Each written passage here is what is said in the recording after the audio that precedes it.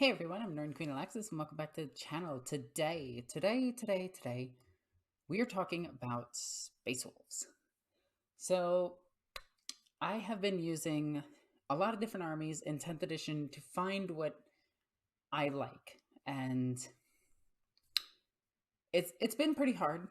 Sisters of Battle have always been my go-to army, but this edition, they don't play as I want them to play, if that makes sense.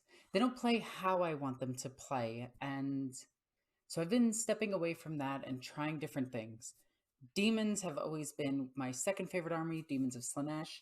Bunch of Keepers of Secrets. If you want to see that list, tell me in the comments down below. That is another tournament list that I use, and I've had great success with it. I love that army. It is so much fun because it's just giant demons and a bunch of like little guys running around. Super fun. But today we are talking about my Space Wolf army. My Space Wolf army has been pretty good to me for the past few dozen games. It has won me quite a few games. I did not do as well in a recent tournament. Had a very bad last matchup, and I kept failing like all of my advance rolls. And my opponent was really good at zoning me out. He knew how to play very well. I think he was part of Team Iceland, and they are amazing players. Like, they are some of the best I've ever played. I absolutely love them, and they are all great people, like super polite and everything. While we were playing, we were just talking back and forth, and I had a great time at this tournament. But let's talk about the army, and I kind of just want to show off this army because a lot of work went into this army. Not my personal, well, some of my personal work, like 10% of this army is mine. The other 90% is work that other people have done, including two of my good friends who painted up a lot of the stuff in this army. One of them painted up all the Space Wolves. The other one painted up a good chunk of the dinosaurs, most of the dinosaurs. And yeah, I said dinosaurs and Space Wolves. Let's take a look at this. Okay? All right. So, this is my Space Wolf army. Now, I am doing it like this because for some reason my Sony Vegas Pro, which is the video editor that I used, decided to just not work anymore. So I have to do it like this. I apologize. I brought up my camera, charged everything. I have to use converters to charge my camera here because I'm an American living in Iceland. And yeah, so this army is absolutely fantastic. And I love this army so much. It is so cool. So we're just going to take a look at it first and go through everything. And yes, there are dinosaurs in this army. Well, technically that's not a dinosaur, that's a flying reptile. And it looks close to like a pterodon of some sort. I want to say, looks like just a regular, yeah, just regular pterodon. Nothing like unique like the Quetzalcoatlus or anything. That thing would be massive. But we're just taking a look at the army first, and then I will go through my list and I will break down my strategies and everything like that. So let's take a look. Yeah, these are my Wolf Scouts. Wolf Scouts are something that I think people need to look out for, and these represent my melee guys right here. So these ones, melee, super cool. Definitely love them. So next picture, we got them again, and if you notice, they are painted as all the raptors from Jurassic Park. We have the raptor from the first Jurassic Park. We have Blue from Jurassic World. We have the Tiger Raptor from the Tiger Raptor concept art from Jurassic Park The Lost World. And then we have the raptor from Jurassic Park 3, which somehow Alan knew about before he got onto the island, which he's never seen before. So my headcanon is Alan Grant is secretly like a psyker. But that's a joke. Then we have some Eradicators in this army. If you're playing Space Marines, you need some Eradicators. These things are the best things in the entire world. They're in all of my lists. Any Space Marine list that I built, I include 6 Eradicators. They're just a go-to. So again, looking at all the base work and everything, these 3 in the back, I actually did the base work on, and that's why it's not as good. These I did the base work on. Oh, I love these. Look at them. Look at them. Look at, we got dinosaurs. Look at how happy they are. And look at this guy. He's unbearable. But yeah, full dinosaur riding army. Well, technically not riding. A good chunk of them are running next to their raptors to represent Thunderwolves. This is a better picture of them. And the ones that are on the bigger Thunderwolves or the bigger raptors in this case. They represent my Wolfguard my Wolfguard on Thunderwolves. There's so many things to not say Wolfity Wolf Wolf. This army is very, very, very silly with its naming scheme. More silly than Dark Angels, which is really funny since if you translate everything that the Dark Angels have, it's Death Squad. Like Interrupter is just Death Squad. Their Crazy Terminators translates to English as Death Squad. So it's really funny. This is a model that I actually painted up in the middle here. This is my Logan Grimnar. I did actually just order a Logan Grimnar that I'm going to have riding on the top here, just standing on it with his axe in the air, just riding a land speeder towards into battle. So yeah. And again, you get all these really, really cool Space Wolves. I did put some jump packs on a lot of people so that they, it made a little bit of more sense. But you'll notice that they're Heresy jump packs that I put on them, mostly because I like the Heresy jump pack a little bit better. Better looks at all of the Space Wolves and everything. This guy does not have a backpack. Where's your backpack? Is that in the last picture? Where the heck is your backpack? What are you doing? Where'd your backpack go? All right, we need to find that later. There are still Dark Angels flying this thing. Ignore them. They will be repainted soon. And then we have the last of the Thunderwolves, which, look at this guy in the back. Look at that guy. Look at that guy's face. This guy is so happy to be here. Look at how happy they are. Look at this. They are so happy. They're just like, yeah, I'm included. So yeah, there's a lot to this army, and it is a ton of fun. Look at how happy this guy is. Look at that face. Tell me that isn't the face of a happy dinosaur. That is the face of a happy dinosaur. Okay, enough of me like fangirling about the army that I have. I love this army. It's so much fun. So I got my phone, and we're going to go through the army list using the GW app. This is not sponsored. I just kind of like the GW app. I think it's pretty good. I have like a billion lists on here. So right off the bat, in this Thunderwolf squad, we have Harald Deathwolf. This is a 2,000 point Stormlance detachment army, and I actually love this because this plays the way Dark Angels should play. This is Dark Angels but better because it's dinosaurs. The Space Wolves just do the mounted combat way better than Dark Angels ever could, because Dark Angels are like a very mid-range mounted army, and Ravenwing, I've tried it 100 times now. It doesn't work. It is so bad, and I hate that it's bad because I want it to be good, but it is bad, and it's kind of a heartbreak for me. But Space Wolves, I play this army not because of the lore or anything. Space Wolves are pretty much that army that you can ignore the lore to, just be like, yeah, they're Vikings with Icelandic common names. And it's very confusing now that I'm learning that some of my friends' names are just in the Space Wolf Codex. And it's kind of weird. Like, first and last names. It's very funny. So, this is a 2,000 point list. It has a ton of characters. I think it has 8 characters. 3, 6, 7, 8. 8 characters. So we have Harald Deathwolf, and he is leading a squad of Thunderwolves. Harald Deathwolf doesn't really benefit the squad all too much, but the squad benefits him more because it makes his weapon deal more damage.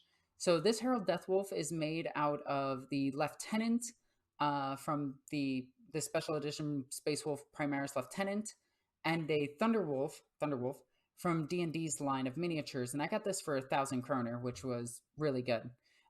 They're like $7 in America, or like, I don't know how cheap in Europe. They're dirt cheap, but if you want to get a really cheap like Thunderwolf army, just go over to the D&D section, get giant wolves. They're half, like, I think 6 of them is half the price of 1 box. Like, it's nuts. They're so cheap. And then you just buy a box of intercessors and you can make yourself Thunderwolf cavalry like nothing. So highly recommend converting a Thunderwolf cavalry army. You'll love it. But Harald Deathwolf's abilities, they're not that good, but they're still pretty good, especially if you have a large squad of wolves, because he gives the entire squad all of their teeth and claws, which are their extra attacks, gives them devastating wounds, which is pretty decent. He also gives them, well, he doesn't give them anything after that, but when damage goes at him, he does turn a damage characteristic to 0, which is pretty good. He can do that once per phase. And yeah, if somebody tries to snipe him out, just try to tell them ahead of time, hey, you can't snipe this guy out because I'll just turn the damage to 0 and you'll cry. And then I'll feel like a jerk. Standing next to him is a lieutenant. Well, they're not lieutenants, they're Wolf Guard battle leaders on Thunderwolves, or in this case, the Thunder Raptors. These guys are insane. This is the reason that you play, like this guy right here, this happy dinosaur, is the reason that the Thunderwolf Cavalry is actually still good. Yes, I know they're not as good as they were in 9th or 8th edition or any other edition. I know that. You don't need to comment it. I know they can't all take Thunderhammers anymore. I know. I am aware. I am fully aware. I know this. But they still deal a ridiculous number of damage, and it's actually insane how cheap this unit is. Because I have 3 of them in a 2,000 point list with a bunch of other stuff. They're still good. Trust me. But what this guy does, one, he's got a Thunderhammer. So there's your Thunderhammer. This is a 3 damage Thunderhammer thanks to these wolves right here. The wolves give them +1 damage because that's just the Space Wolf thing. And then he gives them all lethal hits. And you're going to be fishing for those lethal hits. You're going to be trying to get as many lethal hits as possible. You're going to be hitting your oath targets, and you're just going to be fishing for those lethal hits. Because that's where this army shines. It can take down damn near everything in the game because of the lethal hits. Now, granted, it's only AP -1, but when you have like somewhat around the, I think it's like 50 attacks. Hang on, let me do the math for this really quickly. How many attacks does this squad have? They have 6 attacks. Well, there's 6 of them, and they have 4 attacks each with their relic weapons. So that's 24 attacks just from that. Then they have 3 extra attacks with their teeth and claws, and there's still 6 of them. So that's 18 more attacks. So it's 42 attacks. Then they have the character, which has 6 attacks. Then they have the lieutenant, who has 4 attacks. That is 52 attacks out of this, all dealing +1 damage. So even if your opponent saves most of it, you're still killing a lot of stuff. I usually go into combat with 1 Thunderwolf squad against like the Nightbringer and kill him in 1 round. I recently killed a monolith in 1 round of combat with Thunderwolves. They're really, really good. Trust me. All right, so moving on. We're going to go through picture by picture. This is the same squad. There are 6 Raptors in it. The Thunderwolf Cavalry is really, really good. I fucking love Thunderwolf Cavalry. So their ability is just the add 1 to damage characteristic. And yes, I did just say we fought the Nightbringer. The Nightbringer halves their damage, so it drops it down to 1. So chances are a lot of the things they're going to hit, they're only going to deal 1 damage to, but that's fine because of the 52 attacks that the squad gets. You're just getting sheer number of attacks, and with those lethal hits, you're just trying to get those pools into lethal hits so that you can just kill anything that takes a roll away from you is good. Like if I don't need to roll to wound and half my damage once again, that's good for me. So I'm going to constantly try to re-roll into more 6s. Oh yeah, and they all have storm shields, so they all have a 4-up invo save, and then they have their heirloom weapon, which I have to be careful saying because my accent triggers on that word, and I didn't know that until I started saying heirloom, and that's apparently incorrect, and I giggled at it. Oh yeah, they also may have pistols or something, I don't care. Now the crazy thing about the Thunderwolves, for some random reason, they have the grenade keyword. Like, they just flat out have the grenade keyword. I'm going to make sure I'm correct about that. Yeah, right there, grenade. This unit that can run up super fast, use a stratagem to move an extra 9 inches, though we're going to get to that. That strat is going to be really fun later. Move an extra 9 inches, so they're already moving 19 inches, putting them within 5 inches of charge distance. They're going to make it turn 1, unless your opponent screens you out, which a good opponent will try to screen out most of your units, which is why I might drop the Gladiator for the one with the rotor cannons, but that's a whole nother topic.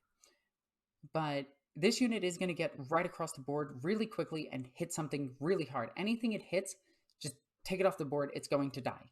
Unless it's like a super combat unit or a monolith or something like a land raider that can survive it.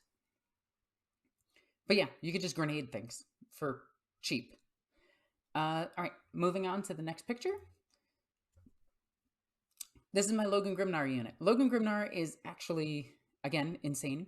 But the cool thing about Logan Grimnar, the cool thing about how combat works in this edition with Logan Grimnar, do you see that base that he's on?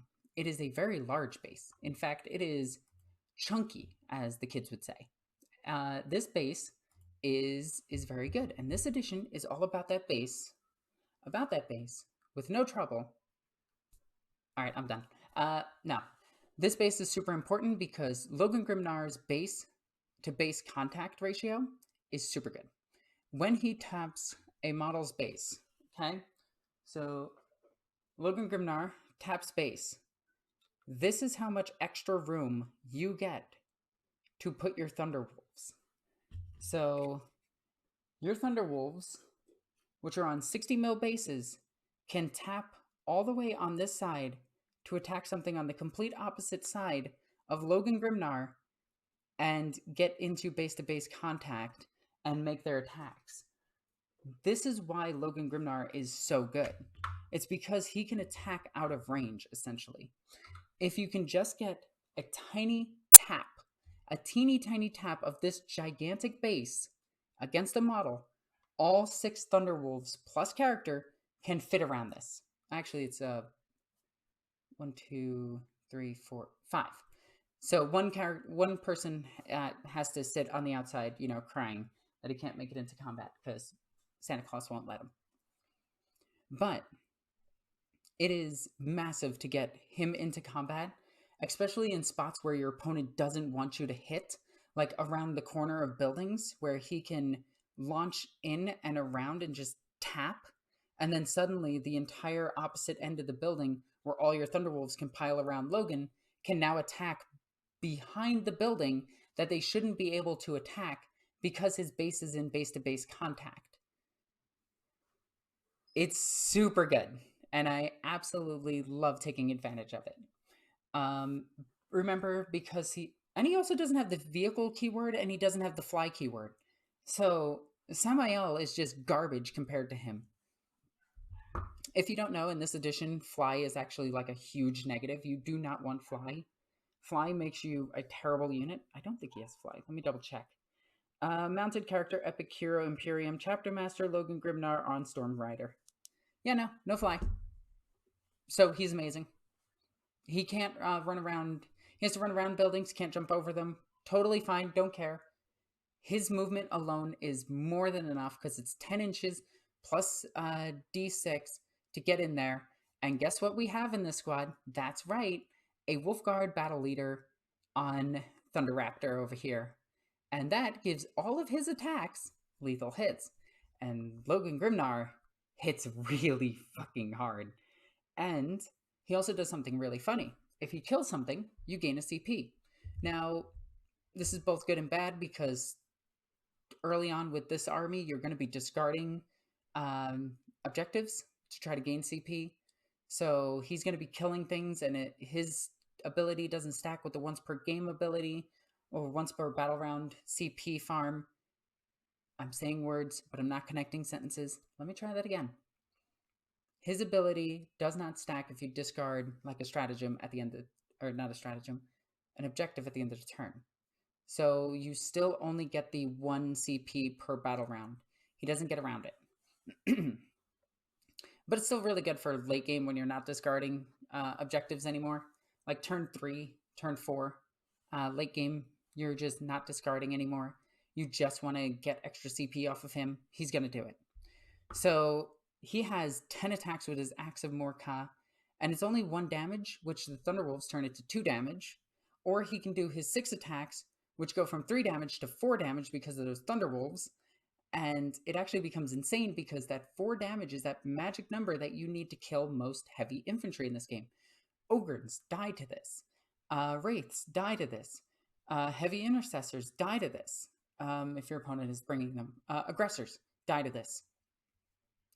And then on top of that, he has 6 attacks with his teeth and claws, which can still trigger his abilities. These little puppers right here on his base, yeah, over there, yeah, they can still get the CP off of something if they kill it. So his abilities, not disabilities, his abilities.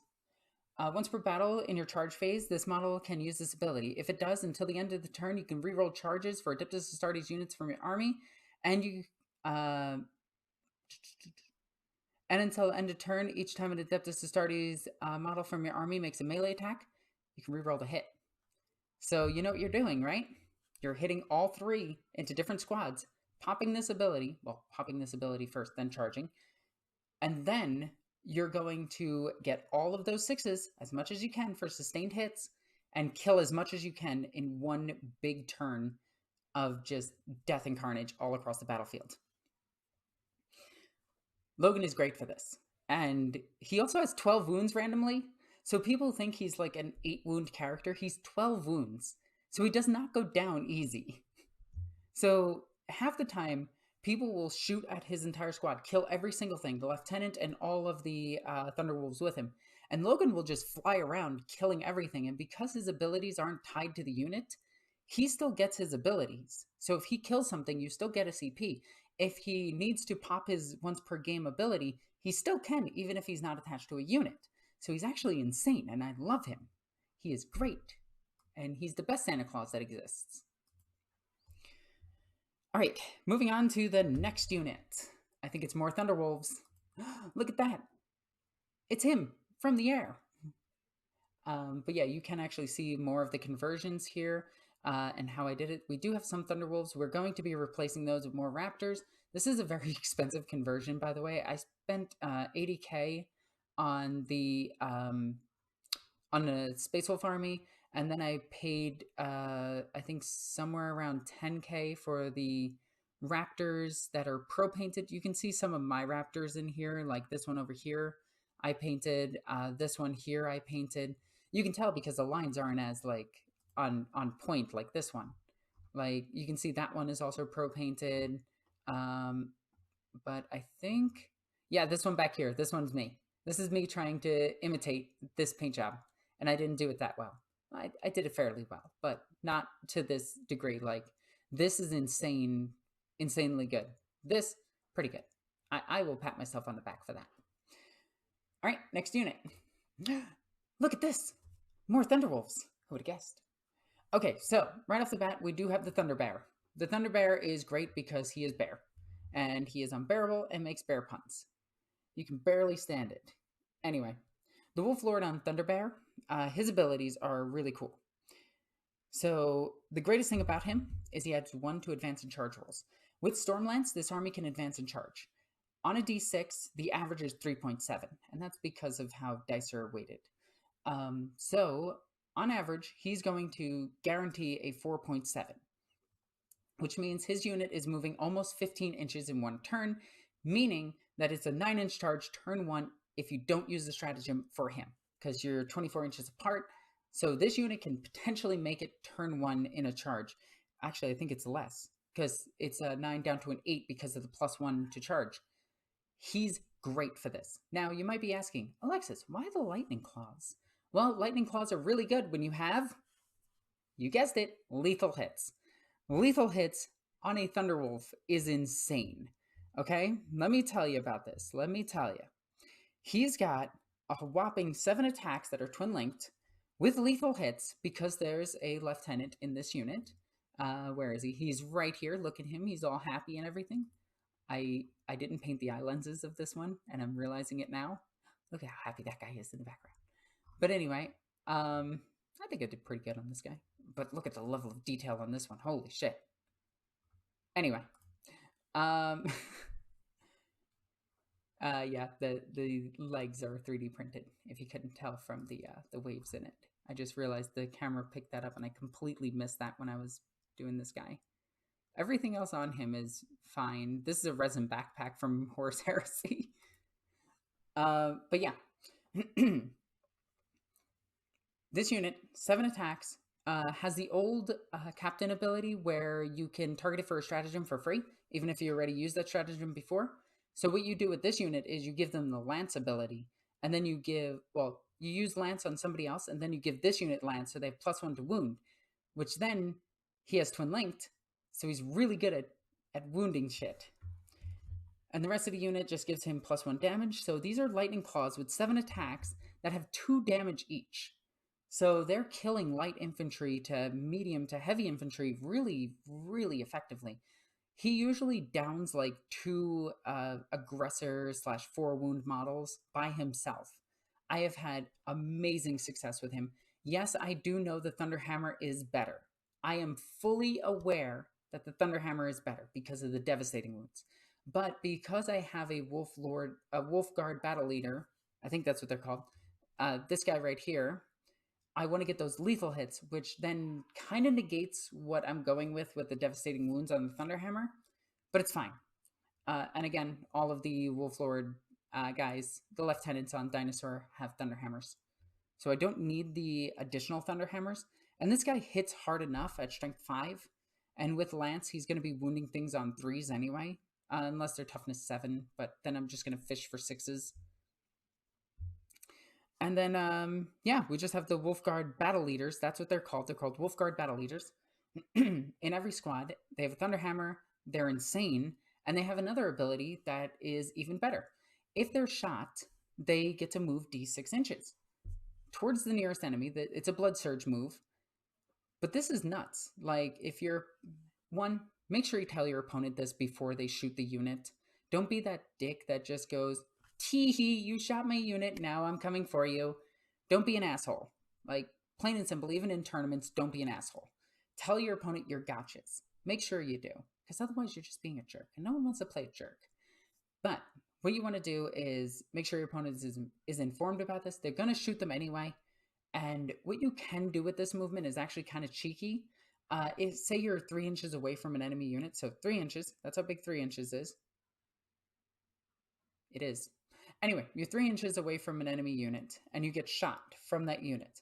Instead of going directly towards them, the way it's intended, you can actually move this way, because you are ending closer to them, and get behind a building with your Thunderwolves, so that you can block some line of sight from other things shooting them.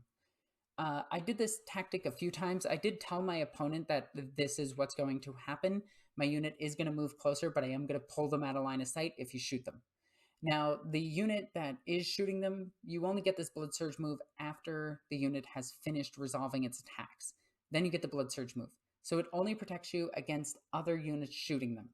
So make sure you position your Thunderwolves so that they're near enough to buildings that they can hide in them from the rest of shooting on your opponent's turn, and then they can come around that building and kill anything that has popped out. Whew, my mouth is dry.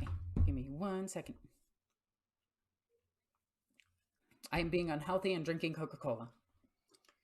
It is gross. So again, another look at this army. This model up front I did paint, and I'm pretty proud of it. The rest of these models I did not paint. No, I didn't. I have this all on my other screen, so that's why I'm looking over to see it. So, Eradicators. Plain and simple, one of the best units in the entire game. Thunderwolves have a very hard time dealing with monsters and vehicles. Go figure. What are Eradicators good at? Dealing with monsters and vehicles. I typically outflank these guys, and I don't give them the Multi-Melta. I know a lot of people are going to be like, but the Multi-Melta is really good. It gives them 1 additional shot. You are absolutely correct and completely valid. That is 100% correct. But I like to outflank my guys, come in, and I don't really like this because statistically only 1 of those shots is going to hit, even with the reroll. I also don't have the Multi-Meltas. That's the real reason. But I also prefer the Melta rifle to the Multi-Melta. I just do. It's just me. The Multi-Melta is better, and I really should get 2 of them. I'm probably going to mod one of these, or 2 of these guys to have Multi-Meltas in the future. But for right now, I'm just using Melta rifles because that's what I have modeled. These guys are absolutely insane. They get to reroll to hit, wound, and damage. Like, they get to reroll the damage roll. Now, you can't reroll a reroll, but if you do happen to fail twice, you reroll it. These things are great at, like, killing These things are great at killing non-oath targets. So if you need to get your Thunderwolves into the oath target, these guys are really good at killing the non-oath target. Or since you're outflanking them, coming in on turn 3, getting into the back lines to engage on all fronts, deploy teleport homers, or do the one that says you have to be within 9 inches of a table corner. There we go. They're really good for that too. But there's a better unit in this army that's for that. This unit, depending on what my opponent brings, I will outflank it. 90% of the time, I will outflank it, unless they have a really slow-moving tank that I know is going to be coming towards me. Namely, the Monolith. If they're bringing a Monolith, 3 of these guys is more than enough to destroy a Monolith in 1 turn. Because you're going to be crashing Thunderwolves into it anyway. You're probably going to deal enough damage to kill it. All right, moving on. These guys look really cool. Like, look at these bases. I didn't do these bases. I did the ones in the back. That's why I hid them. Like, you can see the ones I did. The ones I did are... Hang on. Let's zoom in.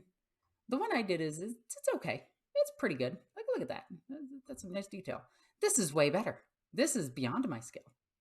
But, you know, my skill is getting there. Like, give me another few years and I'll get there.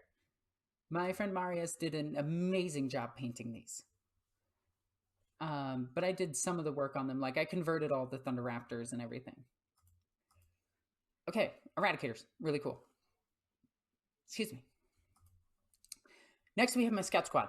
Scout Squads are insane, and this list did change from the tournament to now. The tournament list had them as just regular scouts with shotguns, a sniper rifle, 1 with close combat weapons, 2 with shotguns, 1 missile, 1 sniper, 1 close combat weapon. And that's how I ran them. I don't know why I counted 5 like this. This is how I did it. I'm really confused how I got to here instead of just going like this. But anyway, scouts are amazing for uppy downy. If you don't know what that term means, it means that they can go back into reserve on my opponent's turn, and then on my turn I can put them back in. Or they can go in, I can spend... no, they go in at the end of my opponent's turn. So yeah, they come in on my turn. Scouts are insane. You never start them in reserve, because then if you go back into reserve, you're destroyed on turn 3 or turn 4, I forget. But if you start them on the field and go back into reserve and then come out, then go back, then come out, then go out, you know, go back and forth, they're fine. They don't get destroyed in reserve. You're never really going to shoot the missile launcher, but it's always worth taking. I am running these currently as Wolf Scouts, and you will notice, the eagle-eyed viewer will notice this. These are not scout models. I know. There's actual Velociraptors in there. And I'm pretty sure Velociraptors are not Space Marine Scouts. Though they could be for the Raven Guard. Because they turn into birds. That's canon, by the way. That's a thing. Raven Guard turned into birds. Like, and no one bats an eye at that. That's a wing. Feather pun. Anyway. So Wolf Scouts are way better than regular Scouts. Regular Scouts, pretty good, amazing, absolutely need into lists. Like, if you're taking a Space Marine list, you need 2 squads of Scouts, 2 squads of Eradicators minimum at this point, in my opinion. That's strictly my opinion. That's how I build most of my lists. But I freed up 20 points, and I turned these guys into Wolf Scouts. Now, you might be asking, Alexis, what's the difference? Well, let me tell you. Once I get to it and can form words with this sentence, and that's how humans speak. So Wolf Scouts are super nasty. And oh my god, do I love them. 1, they have the same ability that regular Scouts do. But why are they 10 more points? Well, it's because of their war gear, silly. Don't you know war gear costs points on very particular units? That's right. These guys have Scout 6. They have Infiltrate, which makes them great at the moment, obviously. And if the enemy is 6 inches away, they can leave. Come back next turn. But what's crazy about them is this. They can take a missile launcher. Well, regular Scouts can take a missile launcher, Alexis. That's not surprising. You're right. They can take shotguns. Alexis, everyone can take shotguns. You're right. They can take an Inferno pistol and a Thunder Hammer on the Sergeant. Because why not? Then one of them just gets a power weapon. Oh no, I don't have a sniper rifle, a single sniper rifle that's barely going to do anything. Inferno pistol go foosh. This squad is nuts in my opinion because it has smoke, it has grenades, it has infiltrate, it has scout, it has a melta weapon, it has a thunder hammer, and the thunder hammer is no slouch either. I think it has like 3-4 attacks. I lied, it has 2. You could also give this thing instead of the thunder hammer, you can give them lightning claws, which is really funny. But I went with Thunderhammer Inferno Pistol because apparently a Death Company Marine snuck into my army. And that's crazy in my opinion. Like, this squad goes from being a moderate threat to an actual threat if it moves into a position where it can damage something. Now, you're never going to actually be in that position unless you desperately need to kill something. Your scouts should stay out of line of sight the entire game and never actually like participate in the actual battle.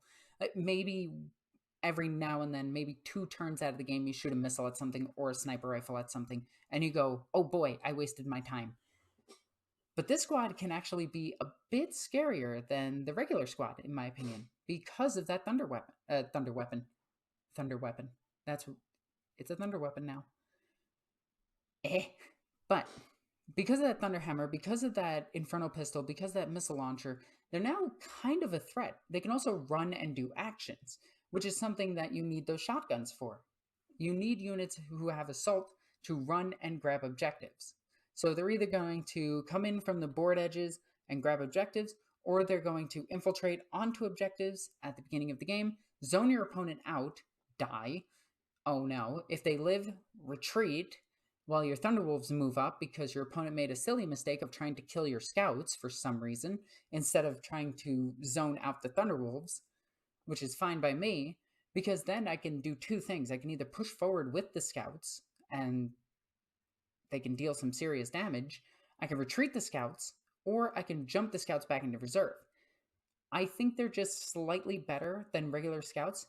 And yes, I am fully aware that these are going to go, like, everything that I mentioned is pretty much going away with the codex. Like, once we get a codex at I think it's next year, we're losing the Wolfguard battle leaders, we're losing the Wolf Scouts, we're losing like 90% of our characters.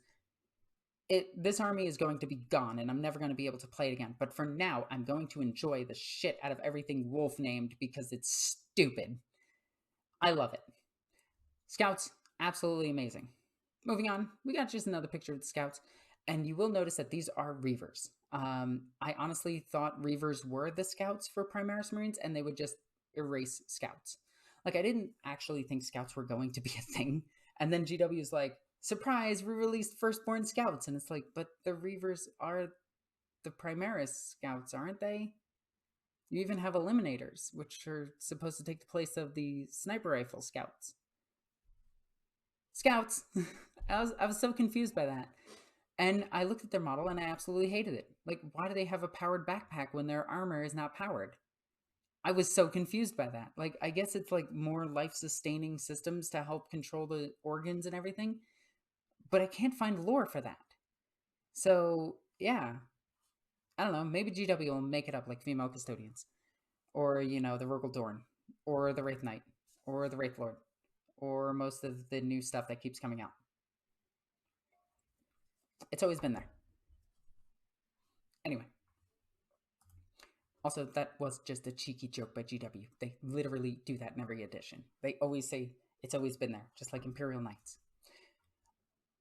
So you may not be aware of this, and it might be a trick of the light, or maybe Tzeentch is influencing your eyes and your brain, which you should probably talk to an Inquisitor. They'll, you know, help you out. I just saw Victor. He thought he could sneak by, but we saw him. We saw him. Anyway, this is a Gladiator Lancer. You might be surprised and think, that's not a Gladiator Lancer, and you'd be correct. I need to convert this thing to be a Gladiator Lancer. I need to take out the Twin Lance Cannon, replace it with a big-ass cannon, which I'm going to do because I have an extra one of these. And if you don't know what this is a Kratos battle tank. Look at it. Look at how pretty this thing is. Let's go over here. Boom. Kratos. Boy. Anyway, moving on. Boop. And there we go. So the Gladiator Lancer is something that I've been iffy about in this list. And everyone I talk to, every like actual pro player, has said the same thing to me so far. This is probably the worst thing in my list, and I should take it out. But then I don't have any long-range firepower, and I will lose to long-range firepower turn 1.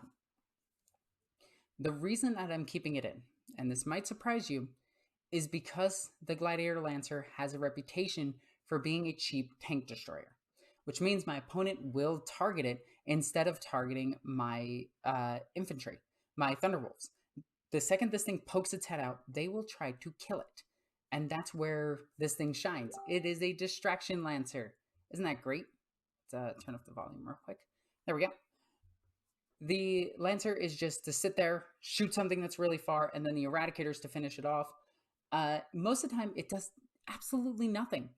And it's fine. Like, I like it for that. It is there to be a scary threat, and when my opponent stops taking it as a threat, that's when it starts killing things. If they kill it, I'm not worried. It hides behind a giant building in the back, doesn't get shot for a few turns, and just does what it does. It just kills things. So I like having it in the list. And then last thing in my list is this giant unit of Blade Guard veterans. Wait. Oh, we're about to see him. We're about to see him. We saw a hand. Oh, there he is. There's his butt. Anyway, jokes aside, Blade Guard veterans are very underestimated in my opinion. They're one of the best Space Marine units, and I don't know why more people don't take them. Actually, I do know the reason. They're okay in certain builds. I take them in this army because 1, they're painted, they look nice, and 3, I skipped saying number 2, but 3, I put a freaking pterodactyl in there. Look at that thing. That's amazing. So, the Blade Guard veterans, they have 4 attacks each, just 6 of them. There's a shit ton of attacks out of this unit. Again, if you haven't noticed, I really, really like shit ton of attacks plus lethal hits. Really good when a unit can reroll 1s, which means this is another unit that doesn't need to hit my Oath of Moment target, which is good. So this unit has 4 attacks each, and then Big Dude has 10 attacks, and then we have 5 attacks from the Lieutenant.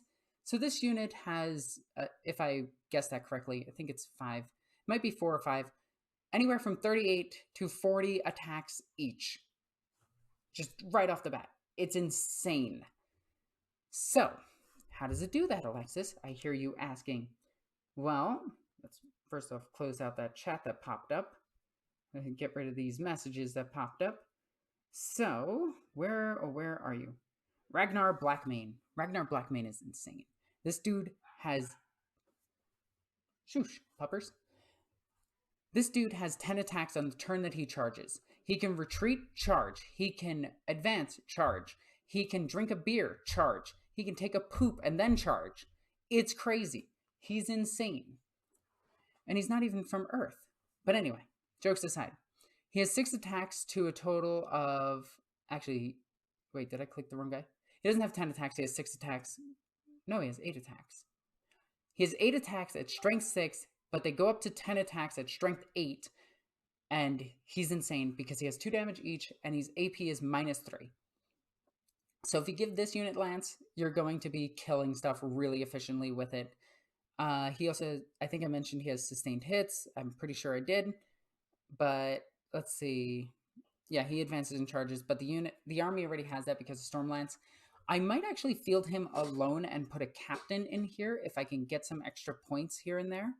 But I don't know if I want to do that because I don't think a captain is as good as Ragnar Blackmane. Because Ragnar Blackmane has, I think he's dirt cheap. Yeah, he's 90 points, so he's like a few extra points more than a captain.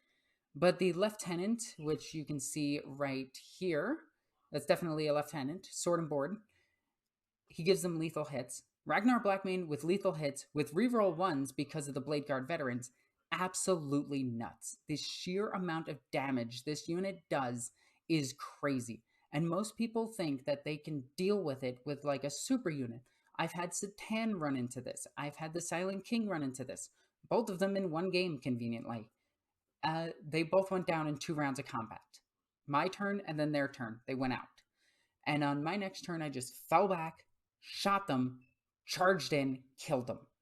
These things can survive being charged. We can get the -1s to, well, the reroll ones to save or the reroll ones to hit. And this unit is nuts. So what I do is I tend to put this unit in the middle behind the curved building that you always get in your deployment zone. And I hide them 1 inch away from the wall so that they can move up safely and then charge something. So they move up, advance, charge. And they always try to get to the middle of the table because that's where I want these guys. I want 2 wolf units to go around like this, 1 wolf unit to go straight up the middle so it's at the highest point, and then I want a unit of blade guard to follow, and then the last thing is the 2 Eradicator units coming in from the sides. While the Gladiator Lancer does whatever in the background, it maybe shoots something and kills it. I'm not 100% worried about it. But overall, this unit has been super effective in my last couple of games, and I absolutely love it. It is never something that anybody says take out of the list, because the damage output is insane. I love them. So, the one thing about this army, the drawbacks. 60 mil bases. 60 mil bases are super hard to play when you have 8 models in the unit. When you have to field a unit that has a footprint that is gigantic, because like if you look on the map below it, this is a D&D map, you can see how many inches just hugging them together takes. It is upwards of 10 inches on the board. So deploying them is very difficult. You're going to have one just being 2-2-2, unfortunately, with one behind a building, and that's how you have to place them. And your Thunderwolves have to start on the line, and you don't want your opponent... You want to go first if you can guarantee those charges and everything. But if you can't, you want your opponent to go first, so they might move out of range, but then they're going to screen out your units. And once they start screening out your units, you simply don't have the light arms fire to deal with like a cultist mob, a Zangor mob, which is how I lost my last game. My opponent was really skilled and really good at positioning his models and stopped my Space Wolves from getting across the battlefield. Also didn't help that I rolled a 1 on 3 advances, and I was like, well, shit. And I completely forgot that I could have used the 9-inch one, which automatically gets me there. But yeah, you make mistakes and you learn from them. So speaking of their stratagem, full throttle is the one that you're going to want, but you're going to want to use it on... Where are they? They're going to be over... You want to use it on... Where the heck are you? You want to use it on this unit, because it turns their advanced move to a 9 instead of a 6, which then he adds 1-2 to turn it to a 10. So his unit can move 20 inches in a turn. Or you can move him, move another unit, roll the advance, see what you get, decide whether or not you want to use your CP for the reroll, and then use this stratagem, which I think is... I forget if it's the blue ones or the green ones that are free. The green ones are the free ones, I believe. I think. I always forget. Yeah, I'm pretty sure. Anyway, you can... my apologies, I completely lost track of what I was doing for a second. You really want to see how far your first unit of Thunderwolves makes it with just their base movement before you decide whether or not you want to full throttle either of the other 2 units. And they are going to be split across the board. There are going to be 3 zones where your Thunderwolves have to go. So it's 3 lines up of Thunderwolves. It is another line up in the middle of the Blade Guard veterans, and it's in off of the sides from the Eradicators. This, unfortunately, if you position anything wrong at all, you are going to lose. There is no ifs, ands, or buts. If you position wrong, you're going to lose. And you have to remember to constantly be doing those secondaries while your Thunderwolves harass your opponent and lock them in their deployment zone. The big goal is to lock your opponent in their deployment zone. Do not let them get out. Because the second that they get out of their deployment zone, you're going to start feeding them points. They're going to be taking fixed objectives against you. They're going to be taking like engage on all fronts or deploy teleport homers or any of the other action-based ones, and then they're going to take assassinate against you because you have 8 characters. So they're going to be looking to kill your guys while you're trying to zone them out and get your tactical objectives. Or, depending on your opponent's army, you might take fixed.